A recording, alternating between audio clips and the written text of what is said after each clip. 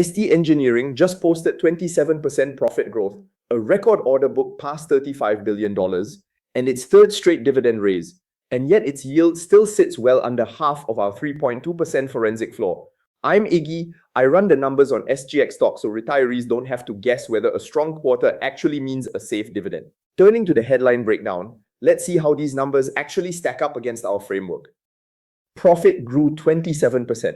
The order book crossed 35 billion Singapore dollars, and this is the third consecutive quarterly dividend raise. And yet, even with all of that momentum, the yield still sits well under half of our 3.2% forensic floor. If you already hold ST Engineering from years back, the business is executing cleanly across aerospace, defense, and urban solutions, and every dividend raise lifts your yield on cost. But if you're deploying fresh capital today, this dividend still has to clear the exact same 3.2% floor as every other name in this ledger. Turning to the detailed earnings breakdown, let's look at how the business actually performed this half. For the first half of 2026, ST Engineering reported revenue of 6,573 million Singapore dollars, up 11% year-on-year or 14% on a rebased basis. EBITDA rose 23% to 738 million. Net profit grew 27% to 512 million. Earnings per share expanded to 16.43 cents, up from 12.93 cents a year earlier. Turning to the operating units, every single division contributed to this growth. Commercial aerospace led with revenue up 15% to 2,694 million and EBIT up 29% on stronger engine MRO and nacelles demand. Defense and public security grew 14% on a rebased basis, boosted by a 27% surge in its digital business to 468 million. Urban Solutions and Satcom saw EBIT swing 300% off a small base, and direction matters here as much as magnitude. Satcom revenue rose 18% year-on-year to 138 million, and the roughly 63 million in annualized cost savings management guided to are now confirmed complete on schedule. Management is now guiding toward EBIT positive results by the fourth quarter of 2026, sustained through FY 2027. Worth noting plainly, that's a forward target, not a delivered result yet, but it sets a clear test for the next sprint. Contract wins for the first half came to roughly 7.6 billion Singapore dollars. The order book itself stands at 35.7 billion as at the 30th of June, with 5.7 billion expected to convert into revenue over the rest of the year. Part of that includes a $1.3 billion NJTA EZ Pass contract recognized this quarter. But that project actually began more than a year ago. It's a timing of recognition, not a fresh win, and worth knowing that before the headline number impresses you too much. Commercial aerospace picked up CFM56 and LEAP engine MRO work across Asia Pacific and Europe, plus component MRO for a European airline. Defense and public security's wins range from counter-drone solutions to GPU infrastructure and simulation work to cybersecurity services and MRO support for military customers. Urban Solutions and Satcom landed rail electronics work for Singapore's Thomson East Coast Line extension and an intelligent transport contract for Riyadh.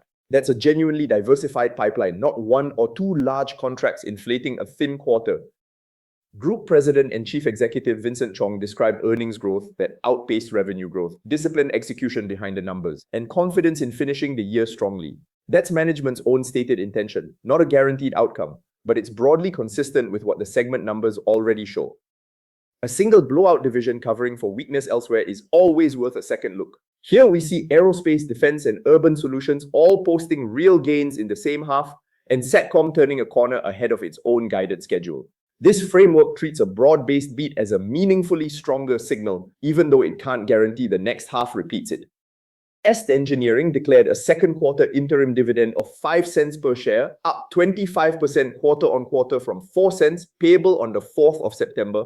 Management has also indicated the third quarter interim is planned at the same 5-cent rate. The full FY 2026 total dividend will follow a formula: 18 cents as the base, plus roughly one-third of the year's incremental net profit per share, with the final dividend proposed in February 2027. For existing holders, yield on cost improves with every raise, and that trajectory is a genuine positive regardless of where the stock trades today. For fresh capital going in right now, the question isn't whether the dividend is rising, it clearly is. It's whether the rate it's risen to is enough to clear this framework's floor at today's price. Two different questions with two different answers. At a live price of 10 Singapore dollars and 23 cents, taking the newly confirmed 5-cent quarterly rate and simply multiplying it by 4. As a generous illustrative upper bound, not a genuine trailing figure, gives a yield of roughly 1.96%. The prior confirmed trailing reading was closer to 1.6 to 1.8%, so the direction is genuinely improving. But even the most generous REIT still sits well under 2/3 of our 3.2% floor.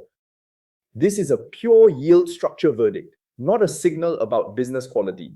Under our standing Zone 5 rule, response block framing is suppressed here because a sub-floor yield on a fundamentally sound, improving balance sheet is a structural call, not a timing question. ST Engineering sits alongside SGX and AEM Holdings in this ledger. Strong businesses where payout policy itself, not the operations, is the entire constraint. By the time a piece like this reaches you as a free subscriber, the price has usually already moved on from where the numbers were pulled. That's not a scare tactic, it's just how markets work, and it's exactly why zero-day access matters for anyone actually trying to act on a forensic screen, rather than just read one. Get everything, zero-day access on both platforms, our full red zone watchlist and institutional-grade cheat sheets. Join IGGY'S elite investors for 12 Singapore dollars a month. On FY 2025 figures, net debt to EBITDA sits at 2.77 times against our 5 times threshold, and interest coverage is comfortable at 5.77 times against our 4 times floor. These figures are carried forward unchanged because the half-year summary reports finance costs on a net basis, and mixing that with the old gross basis calculation would create false precision. A genuine refresh needs the full financial statements finance cost note.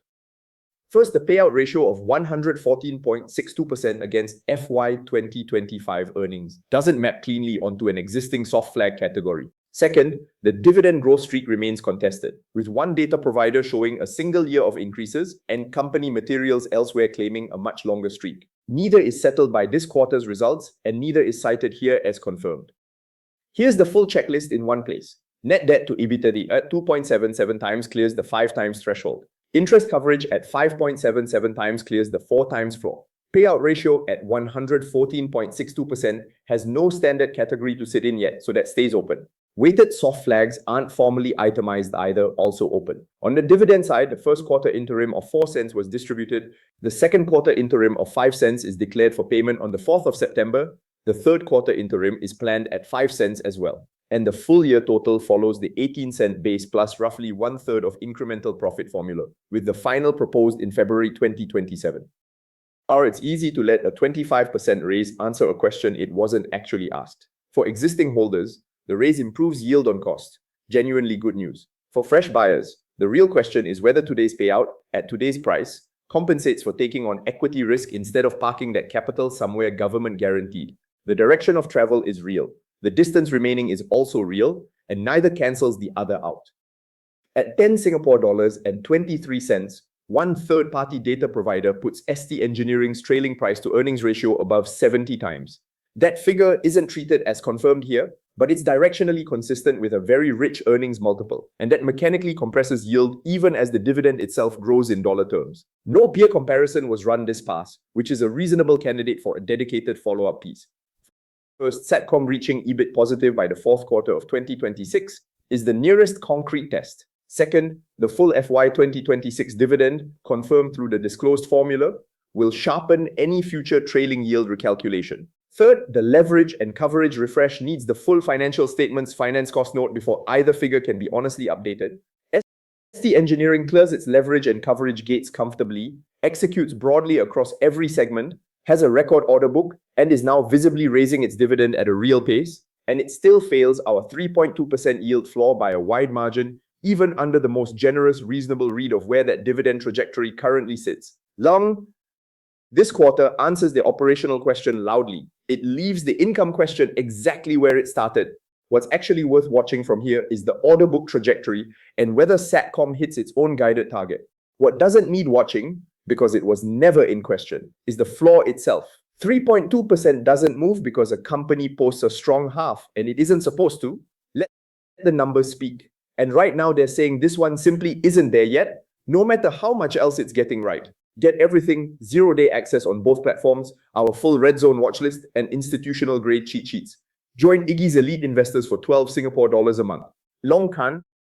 This content is produced for educational and informational purposes only. I am not a financial advisor. I am a retail investor who applies forensic analysis to my own portfolio and shares that process publicly. Nothing here constitutes a recommendation to buy, sell, or hold any security, and no specific target prices or personalized financial advice are offered.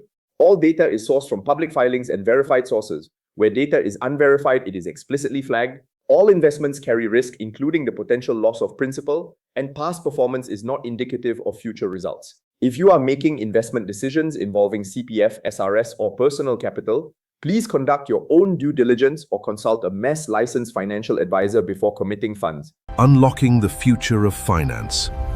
Subscribe for more.